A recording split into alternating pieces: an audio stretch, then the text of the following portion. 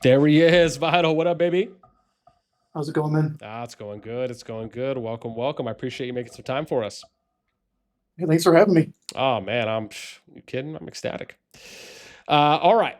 So again, as we usually start out in typical fashion, why don't you go ahead and just give us an intro?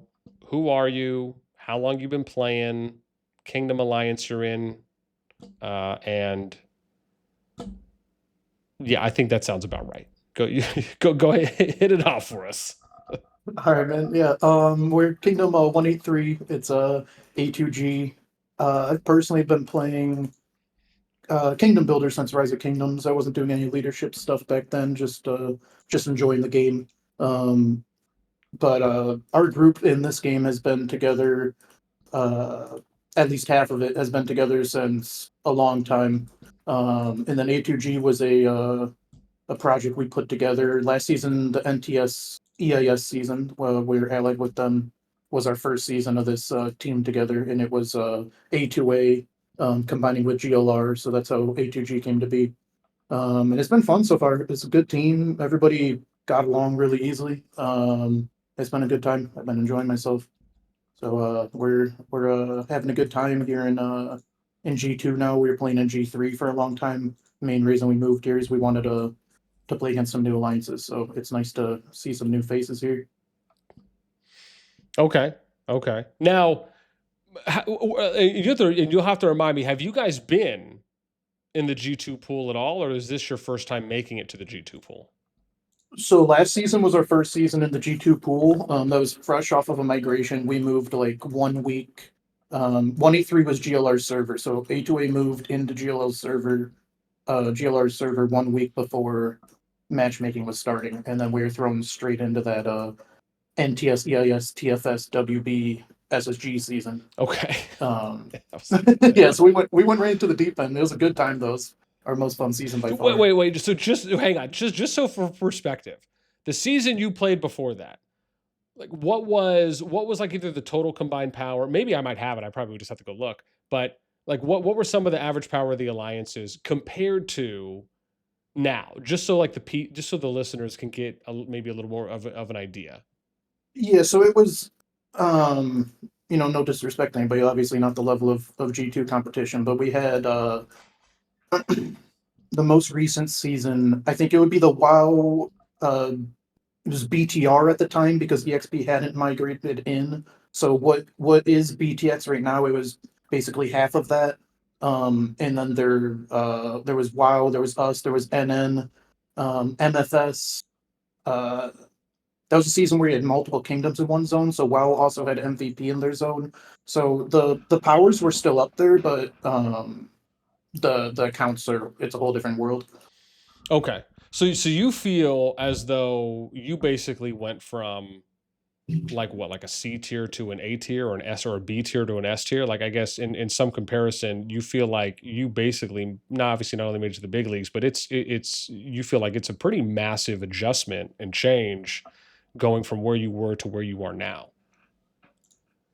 It was, yeah. The Okay. the G3 pool was getting pretty stale. So we left in the middle when A2A moved. We left in the middle of a G3 season. It was so boring that we were just like dying of boredom. So we just left that KvK. The leaders had a meeting. We were like, guys, we got to do something here. Like people are bored out of their minds.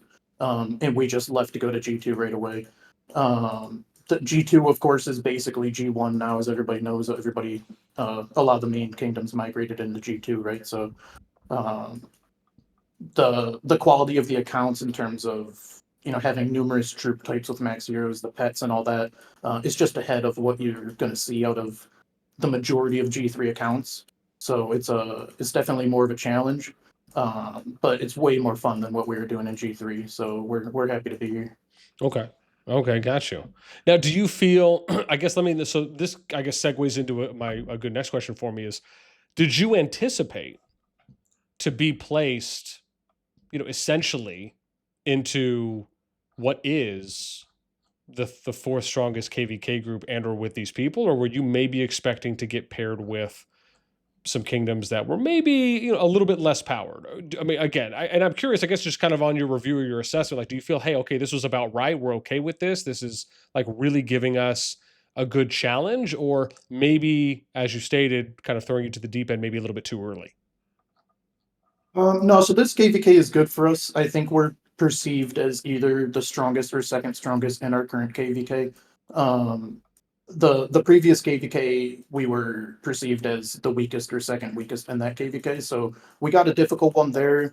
We did a lot of, again, that was our first season combining, so we still had some server cleaning, doing whatnot. Got rid of a lot of accounts that weren't helping us enough on the field to for how much they were affecting the matchmaking.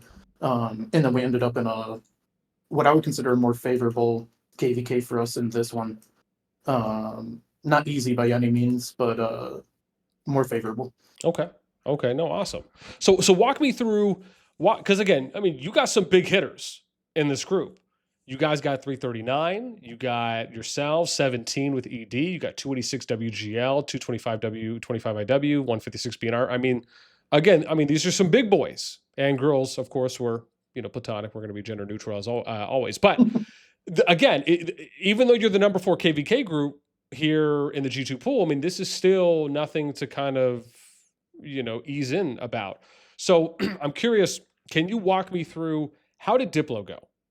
Yeah, so Diplo, I kind of tried to lead it a little bit this time. Our last Diplo, you were involved in. You remember how messy that one was, and I kind of took notes of what went wrong there and tried to take the steering wheel early so that it could be more smooth. And so our Diplo didn't take more than a day. We had two things that were set up front. UHA and us were interested in working together, and then 25 IW stated that they wanted to have no allies neighboring them.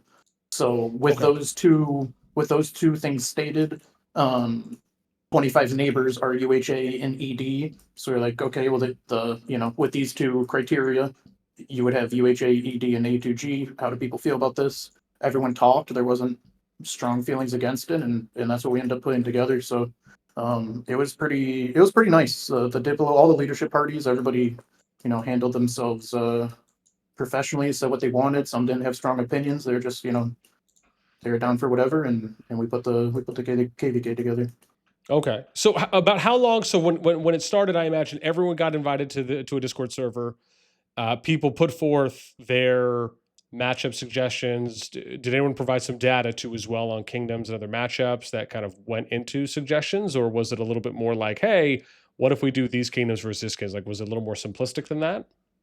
Yeah, no, there was data provided. Okay. The other side was feeling that it might be one-sided against us, as we're down 8 billion power, but we do have, which you covered in one of your videos, we do have more 100 mils by a good amount. Mhm. But they have the more overall power and more accounts.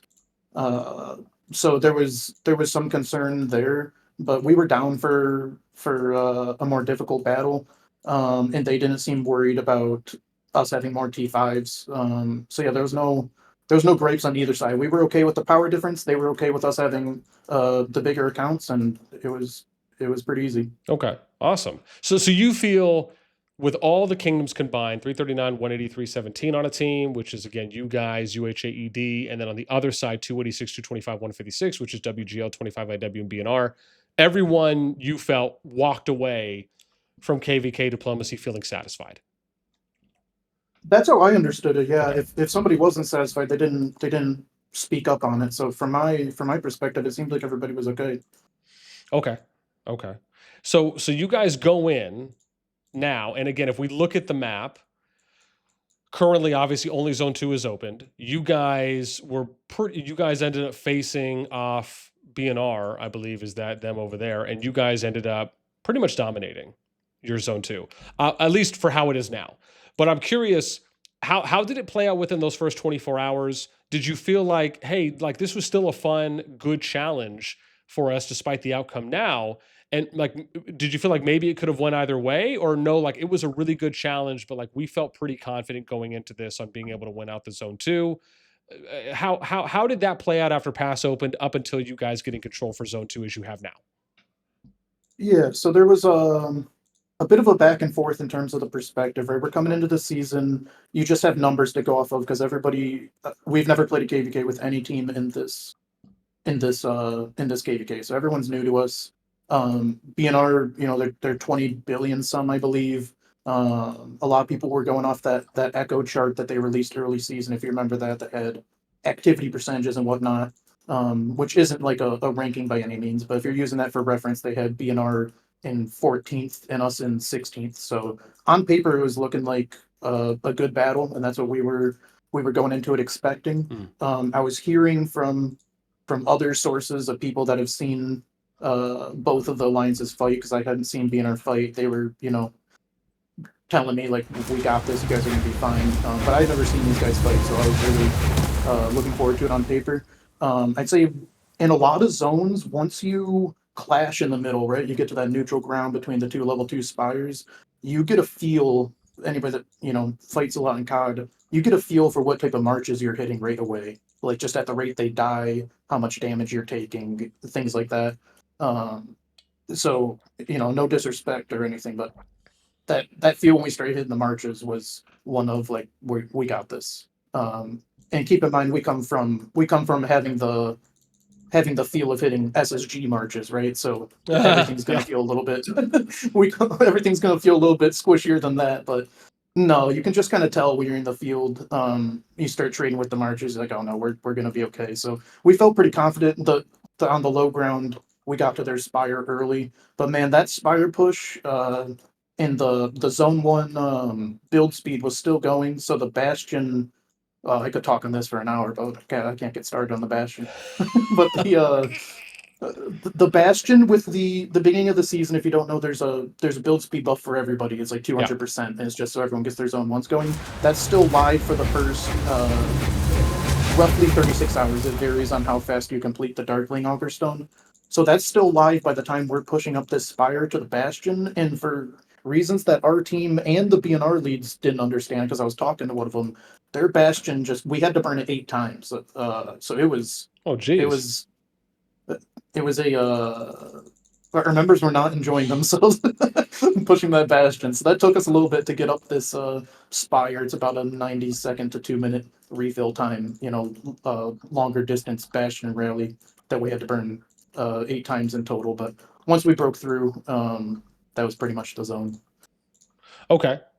So to circle on the Bastion mention there, was there at all any conversations? Because we have been seeing a little bit of this trend lately, and I know it's been happening in more of the recent seasons, but I believe there's two KvK groups right now from the Gen 2 pool that are in Winners Upon Us that opted and decided to basically say no bastions. Like they build them in zone 1, everyone builds one, so like everyone knows where the coordinates are, so like Mhm. nothing's out of it. Was there any conversations about within the KvK Diplo chats about, hey, let's not use bastions? Did anyone at all bring that up, or no, nobody was That just like that just wasn't even a topic of conversation?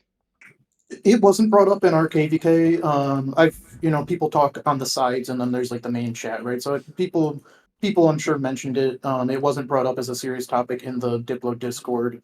Um, it's one that I'm not fully sure where I stand on it myself. I mean, Bastion is just such a core part of the game. Most zones are decided by who can break through each other's bastions. That's pretty much what COD is currently. That's the meta of COD. Um, so it's just a way different game without bastions. I'm sure everybody on all sides would prefer not having the deads. In my experience, not in this KvK's Diplo, but in past KvKs, one of the sides knows they have a bastion advantage. Or people do their intel and their work in this game a lot. So you know what the garrison leads look like for their pets from their previous seasons and whatnot. You feel you have an advantage with bastions or don't, and oftentimes the team that feels they have an advantage um, isn't going to agree to not use bastions because it's just such a big asset. And you could cite something like SSG last season, where these guys have uh, they got Satoru. He's left since, but that season they had Satoru on Mephisto's account. Those guys are never not playing a Bastion, right? Because nobody in their right mind's wasting their money against Mephisto's old wallet. So you just can't go through their Bastion. And when you have such a strong asset in a war game, it just doesn't make sense not to use it. So it's not always to that extreme, but usually one team has a Bastion advantage and they know it. And for that reason, it's hard to get everybody to agree. Gotcha. Okay. No, and again, I think you bring up a good point when it comes to, some people like, and it's just how it is. Some people like the Bastion play. Some people like incurring dead. Some people like forcing deads on Mm. on their opponents. And I guess it's more of they're okay with taking deads. It's probably better. It's not like they love to take deads, but it's more of I'm okay with taking it if we're fighting this out in that sense.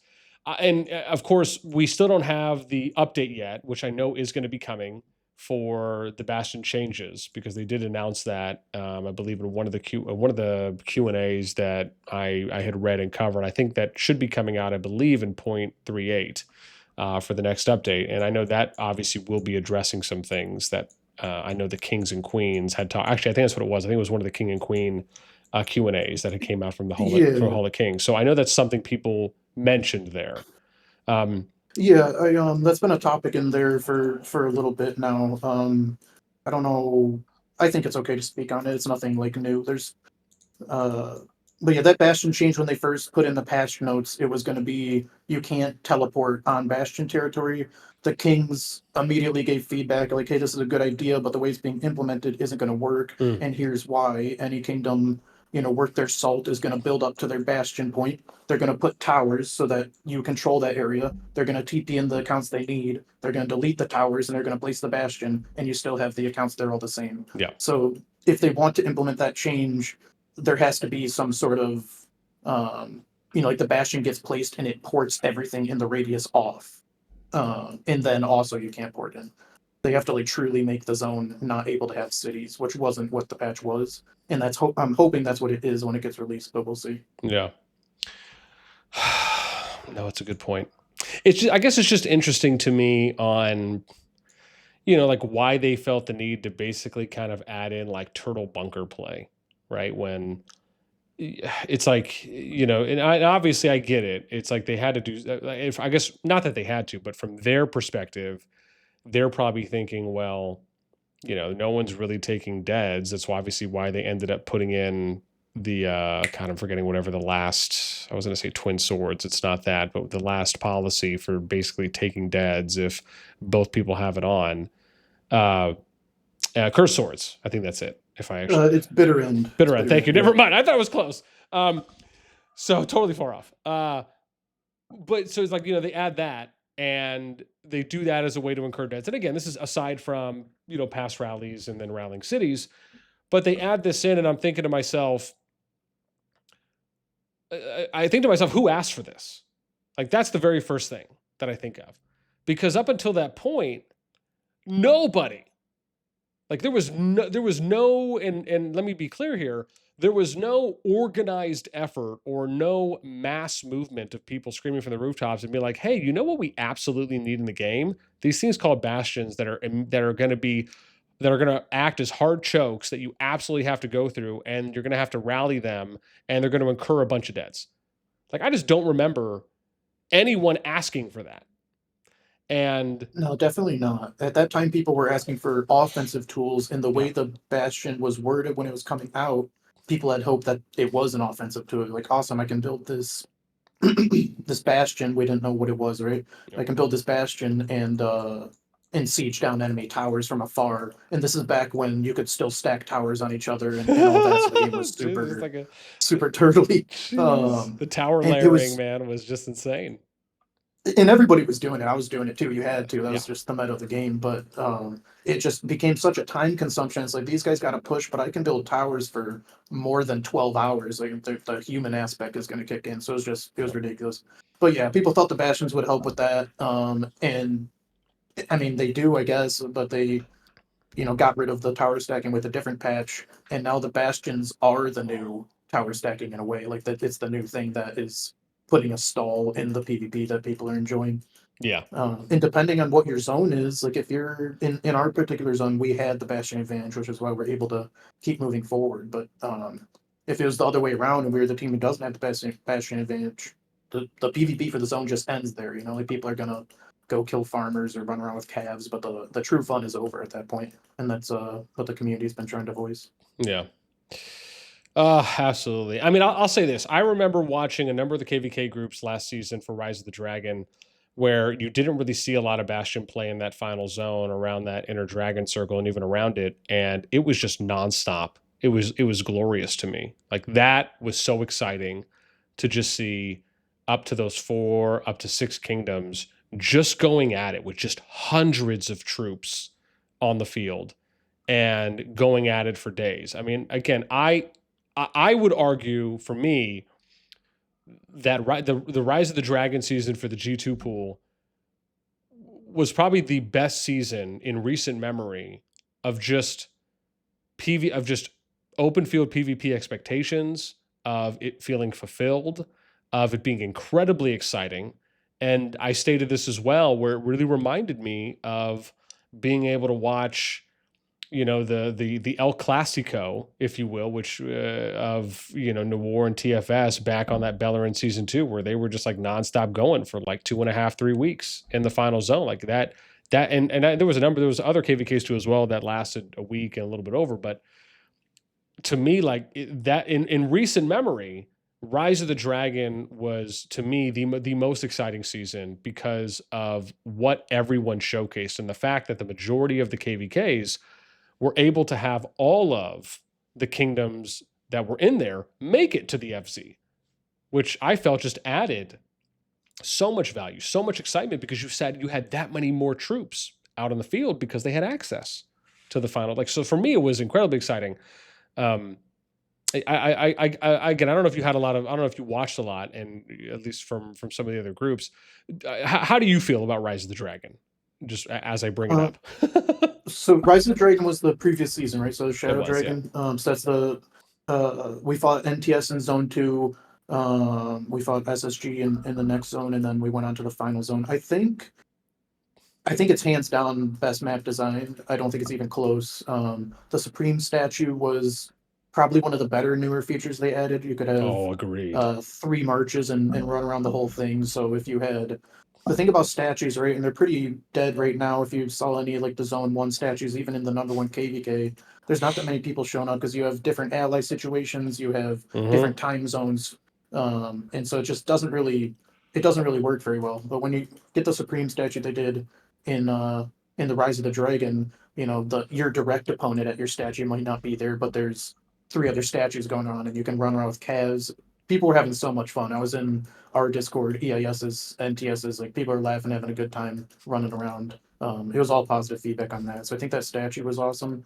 I think the map design besides the final zone was great. There was a singular southern zone 4 where there was a spot that the Bastion was super OP. You just couldn't walk through. They can fix that with an extra boulder or something on the map. And in the final zone, they got to cut those bridges because that was ridiculous. Did you see our final zone when it was locked last season? Oh, I don't know. There's Maybe I did, but I can't recall in this immediate moment. I think there was 12 bastions on the map at one point. There's just two. It's broken up into thirds, right? And you got 2 bridges on each side for the rivers. And it's just Bastion City, and eventually you're locked out of options. With the advantage being to whichever team comes up from the south, because in most seasons they put 2 dragon portals, which is this is a big deal. I'm not sure why it got looked over, but in every season but that one, there's 2 dragon portals, I believe, on the left and right side usually. In that season, there's one at the south. So if you lock down your bastions on those bridges, that's the whole season. And I don't know why they didn't offer it again, but if I had to guess, I think they're going to switch to final zone because I don't think that's what they were aiming for. Yeah, I don't know. I guess to me, I guess to me, it seems a bit like a missed opportunity for them to not have included Rise of the Dragon in the KvK cycle for this season, where you basically had to choose between one of these two. I guess it just would have been nice if they provided something, some kind, even Mhm. if it was just a heads up and saying, "Hey, like we're not going to add it to this cycle, right? But we're going to add it to the next cycle. Why? Because we want to make adjustments to it. Like I think that would have been such an easy explanation because it just the amount of success and I keep in mind, not every single new KvK season they've come out with has always been great, but I think it is pretty much universally understood that despite still some opportunities for improvement on Rise of the Dragon, even as you stated as well, it still has been the best recent season, KvK season and map that we've had in a while. And so I guess to me, it just felt like a missed opportunity for them to not include it in this season and or at least address and say, hey, look, if we're not going to include it, this is why, because we're going to make some updates. We're going to do some refinements on the map and then we'll bring it back next season. So anyways, that's just, my general thought. Let me move forward though a little bit with you here. So again, you guys win your zone 2.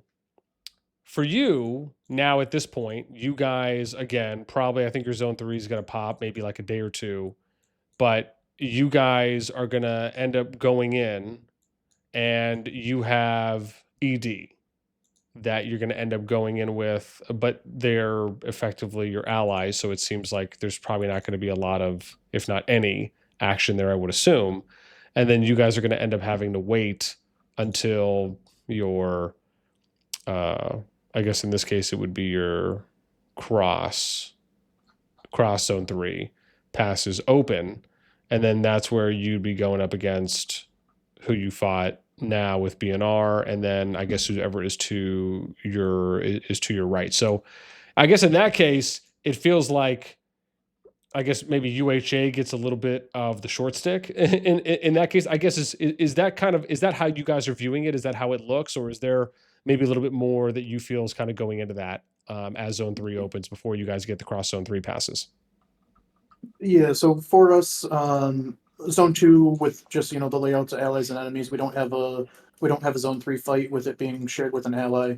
Zone 2 we currently have them at the gate, so unless BNR wants to re-enter, we can't force a fight anywhere right now. So yeah, we're waiting for Supreme statues past 4. We have the option to invade it past 5. We have the option to invade it past 6, and then there's final zone. So yeah, we have a bit of a resting period in A2G over here. We put in our work, and there isn't anyone else to kill currently, which my members are my members are already restless. But yeah, there isn't too much we can do. But in terms of the other zone 3s, you're talking about UHA.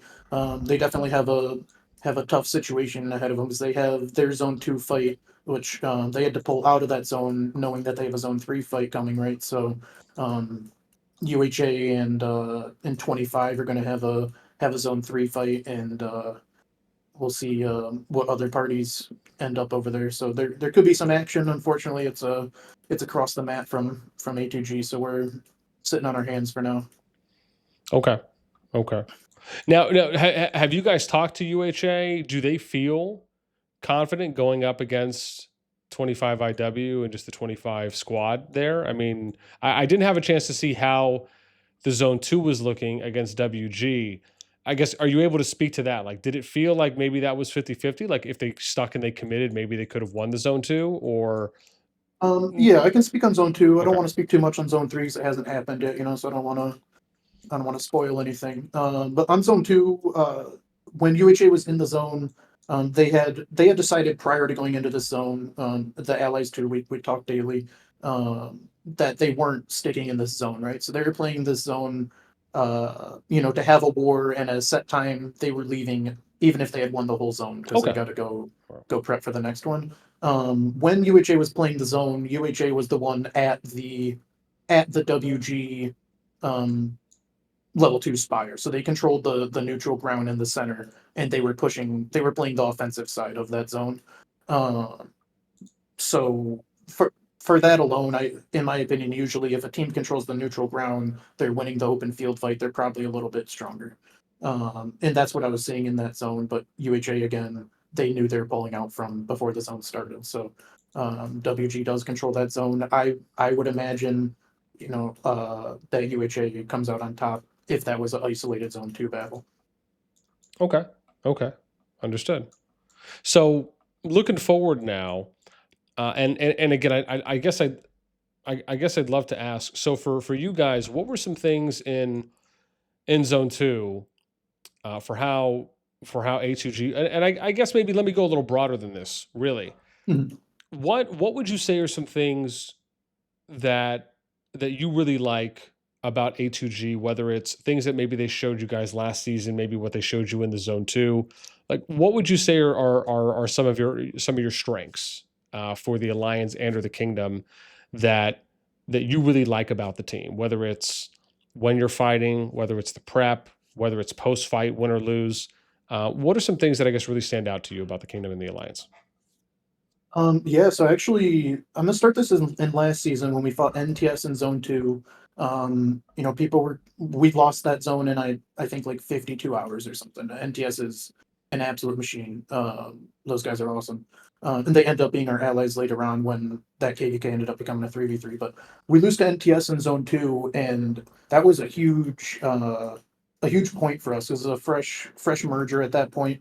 We fight NTS, who in my eyes, I haven't played against Echo, who's the only other people I would put up there with them in terms of the topic I'm speaking of right now, which is coordination.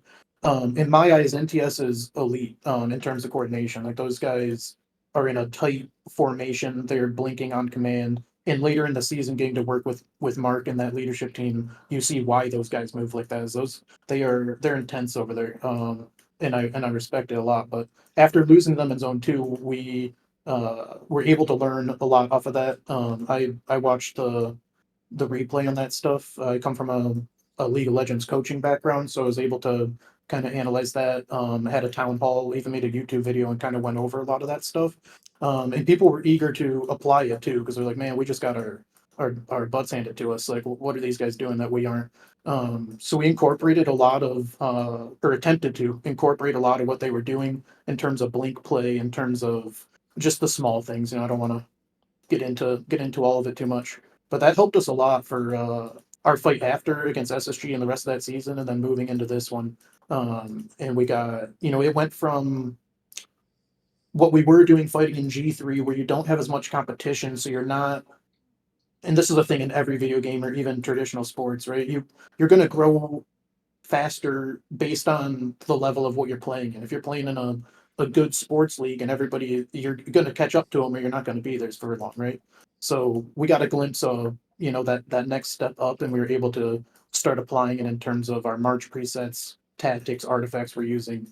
Um, in communications, even we adopted their clock system as well. What I mean by that is they'll have, let's say, a ball um, with a marker of a leader leading your DPS formation, and they're shouting analog clock, you know, 1 through 12, shouting numbers, and that ball is moving in that clock direction. Yeah, yeah. Um, I've heard Mark shout that out a couple times. yeah, no, Mark is. I liked working with Mark's intense. Mark is. Uh, he very much believes in himself, and he's like locked in. But I appreciate it because you can tell when you're working with them, like as allies, like these guys want to win, and they're like putting in their max effort, and that's all you can really ask for from allies. So yeah, shoutouts to NTS. We learned a lot from fighting against them and with them, and applied that. And in this season, we felt that way where, and again, no disrespect to BNR, but we felt the opposite where we're against NTS and we're like, damn, these guys are doing stuff that we just aren't applying. We felt like we were the flip side, the A side in this situation where we put in the work to apply these tactics, and now we're fighting against people that maybe can learn from us for next KvK. Okay, okay, gotcha. Now going into I guess the remainder of the season, have you all talked about at all up until this point about end of season reward distribution? Yes, we have. Okay. It is not finalized currently. There's different ways. Well, let me ask. What have you done? Like, I guess, what do you like based on past experience? As far as like, For reward distribution. exactly what's something you believe in and why for how that should be done? Um, yeah. So usually there isn't like a one set way that I apply for each KvK. So I'll go back a bunch of seasons for when we're early G3. You know, this is like season 2 through 5 or something. G3 at the time was NN, LTS, A2A. LTS was a behemoth of an alliance. They were like second biggest in the game, but they're in G3, so they're like that much stronger, right? So it's like A2A, and there was only us. Right? There was a couple other ones, but every season was like these three alliances. So back then we were always allied with NN, and we just did like the alternating thing on seasons we would win. But once we got into more like traditional, what COD is now, the 3v3s. Usually there is like a in some seasons there's a side where it's like these guys are putting in the lion's share of work. They should take Dragon. And I give that example as SSG in the previous season I played. SSG was just stronger than everybody else. Like I think you're in denial if you're in that KvK and didn't feel that way. Like they earned that. But there's some seasons where people aren't sure like who is the I don't know what the term who should be the dragon holder for a season, and they'll do different measurements off of merits or whatever you agree upon. Um, the difficulty for that system is there isn't always the measurement's never going to be 1-to-1, right? One side might have uh, more fights in their map setup. They might one team might have only its own two fight. The other team might have a fight in every zone, things like that, um, or whatever it might be. So it's never perfect. You really just have to come to what works for your team. It takes some you know conversations and understanding on all sides, but uh, it's not usually. I haven't had a season where it was like a huge deal because if you're the winning side, the only difference between getting Dragon or being the team that gets two Necros is a singular Amber Stone, which it's not like that's worth nothing, but it's not like the end of the world. So like if one team gets a double Necro for Amber in a frame, and one team gets two Ambers from holding the Dragon, you still won the season. The real win is a good season of fighting and recruitment afterwards, more so than the Dragon itself. So um, I haven't had many KvK experiences where it was a big like talking point or issue. Okay. Okay. What do you think about some of these KVKs where, I guess as an example, you had the Echo BDO situation, right? Kind of opting to say, listen, we're just going to do this 2v4 and go up against it. Do you feel as though, like, listen, if there's even numbers, we should try to split it at all times? Or I guess does maybe like the odd number play maybe entice you a bit where it's like, look, if we're the strongest and no one's agreeing, maybe this is the best play for us to do. I'm curious. I'm curious what you think about that. I don't know if that's ever been something that you've really given any thought or attention to. Yeah, so are you talking about comparing like a 2v4 of two strong kingdoms compared to a 3v3 KvK? Is that what you're Exactly. asking? Yeah. Um, I'm not the biggest fan of it, and here's why. I feel like Oh, sorry. Just to be clear, of the 2v4. yeah, I'm Okay. not the biggest fan of 2v4, and the reason is there's a lot of factors. So like one, there's if you have so many just for like overall game health, and this isn't how any kingdom looks at the game, right? You look at the game to make your kingdom as strong as it is, but for the overall game health, like if there's so many concentrated fighters in one kingdom that like we have to fight everybody lopsided just to have entertainment, like if you think of it like a sports league, and again this isn't how COD works, but if you think of it like a sports league with like a salary cap, like those guys should probably just spread out to other teams and everybody would have more fun. But another aspect on that is when you do a 2v4, it's kind of selfish in a way because as the two, you're like, hey, give us all the fights, and at least one of those four is having a bad season. Like you're positionally in a zone where you only have allies and you can't do anything till final zone, or you're locked. I think that was ROG in the Echo season. I could be incorrect. I didn't follow it that close. One of the four teams just didn't really have fun. And GG is pinched positionally between the two big alliances, so they like come into final zone late. So it does kind of give the 2 team gets to play main character, and the 4 team, although the 4 team is likely going to win every time, like they're not really having as fun of a KvK. That's how I look at it.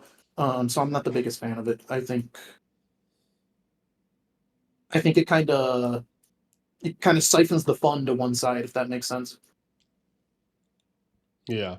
No, I mean, listen, I'm 100%, I think, in agreement there generally. I think the idea being is, and this is often what I've said about when you're kind of going into your KvK Diplo, the idea should be that you want to kind of always be thinking in the back of your head, how do we give and create a belief where each team truly feels like they can win against the other?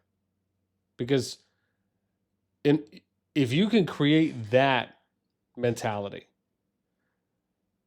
you'll see a lot more engagement out in the field. You'll see a lot more participation. You'll see players that are more motivated.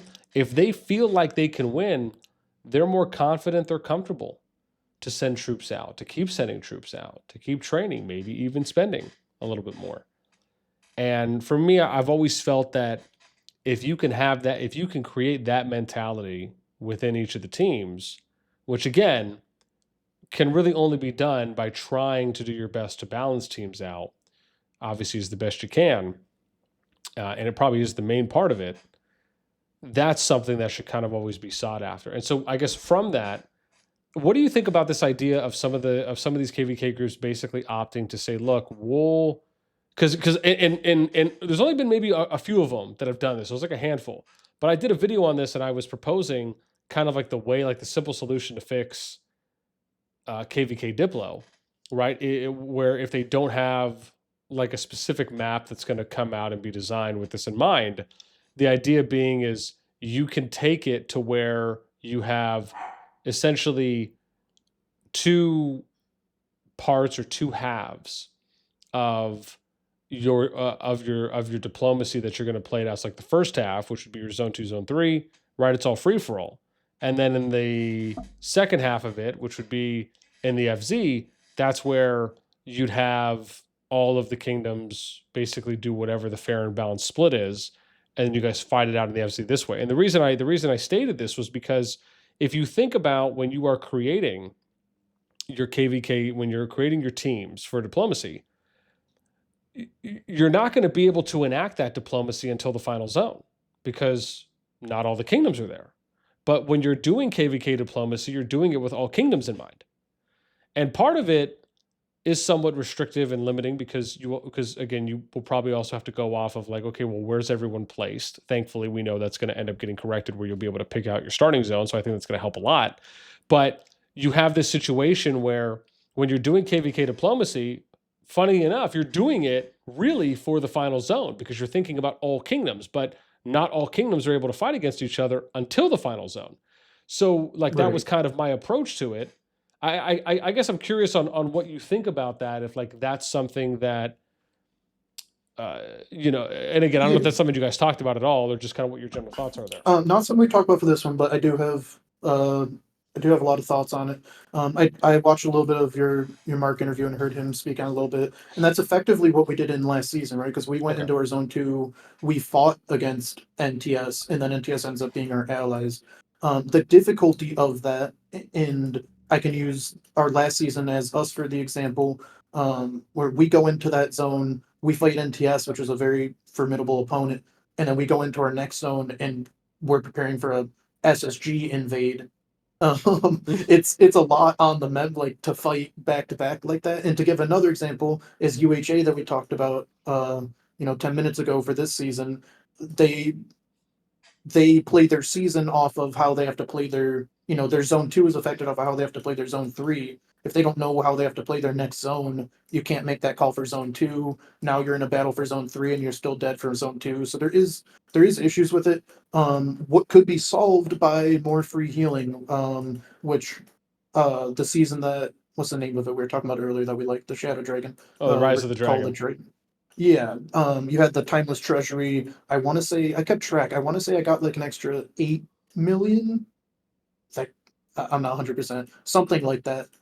Units healed from this extra source of free healing in that season. And if you have enough free healing that you can go into the season, say, hey guys, let's all, you know, just swing in our zone twos, have fun, figure it out from there, and everybody's comfortable enough that they aren't dead in zone two to then be able to play their question mark matchup of a zone three, right?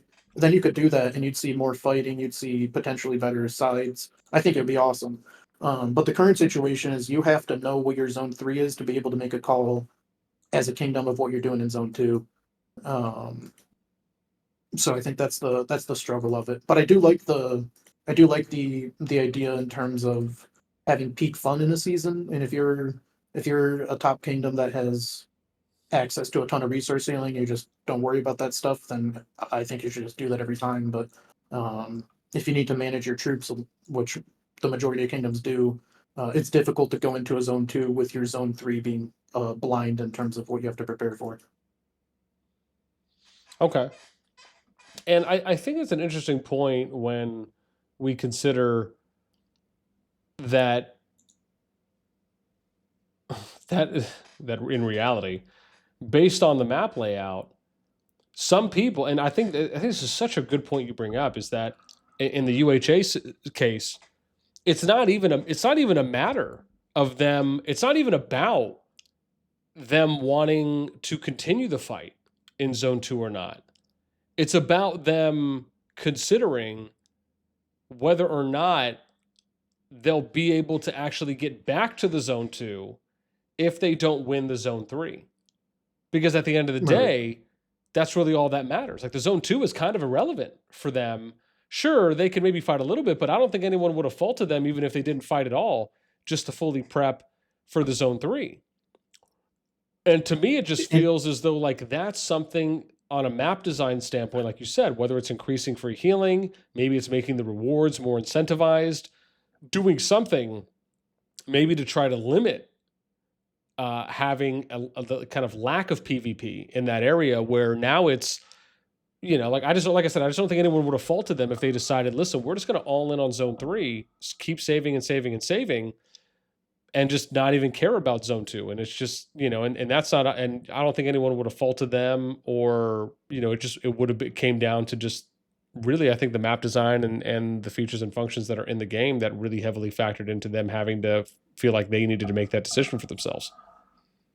definitely, and there's a huge factor that isn't talked about that much in the community because the only people that really see it is going to be the leadership teams and mainly the builders. But it's one I've talked about, with my own team.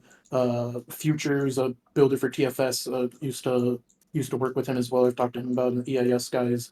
But the seasons, the maps that we're playing on, um, were designed when the seasons were 60 days long, Yeah. and we're playing 40-day seasons, and so that's a 33% increase in the speed of the season, but there was zero change to the way alliance resource generation works, which means you have effectively 33% less towers to work with.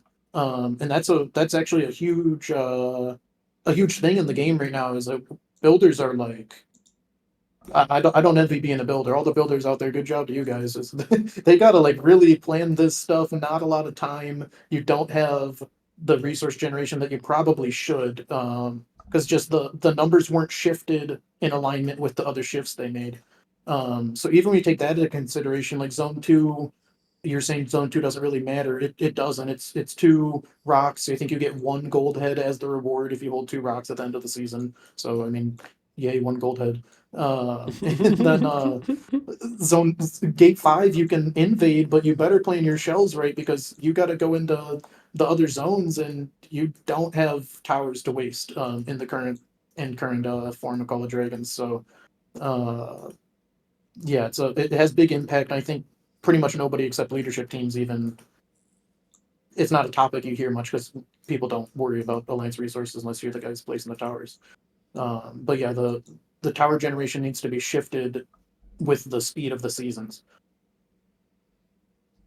Yeah, no, I think that's a really good point. Is you've done. I mean, I think they did do a little bit of map adjusting for Rise of the Dragon, but Yeah, if you're talking about some of these older ones like Calling of Courage and Winters Upon Us, I don't know if they've done an overhaul on the maps since the 40-day season time reduction was instituted, which would probably be a decent thing to maybe consider. Or maybe, hey, Yeah, just keeping, the ROTD KvK map in cycle or in rotation. That obviously could have been an option too, but okay. yeah. No, a lot of these, I'm in that King's chat you're referring to. So a lot of Yeah. these things, like I'm giving them this feedback, hopeful that it's implemented at some point. Yeah.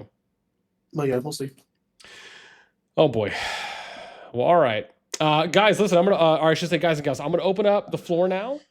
So if anyone has a question for Vital, please go ahead and type it in the chat and we'll see if we can get those to him.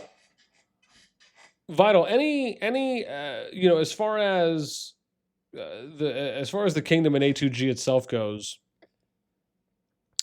what are some things you guys do in the kingdom that you feel are maybe good selling points, or again, if people were interested in checking you guys out, what would be some things and some highlights that you would want to let the people know about, Yeah, I mean, so we see ourselves as, one of the last standing G3 kingdoms, right? So, like I mentioned earlier, you had NN, us, and LTS. Both NN and LTS are not here anymore. So we take pride in being a home as for a lot of those G3 accounts. A lot of those guys disperse to top alliances as well. It's not like all the G3 accounts are here or anything like that, but we've been around through test of time, still here. And we take pride in that. I try to go for a balance of competitiveness without going over that thin line of so competitive that people aren't enjoying themselves playing the video game. Because at the end of the day, people are spending upwards of 50 grand on this game, depending on how big their account is. Like, they should be having a good time. So I try to go for that balance, and it's a hard balance. Sometimes we might go too competitive. Sometimes might should be more competitive, but um, I try to go for an in between. So we're not gonna compete with the top wallets of the game, and we have no intention to. But we also intend to be strong for the power that we're at. So trying to find that middle spot, and it's been going well for us. We got our kingdom pretty cleaned up in terms of lean power. That's one of the big focuses of our kingdom. I know a lot of kingdoms in the previous season, which is why we only got 160 this season. So we got rid of almost all of the accounts that we wanted to. So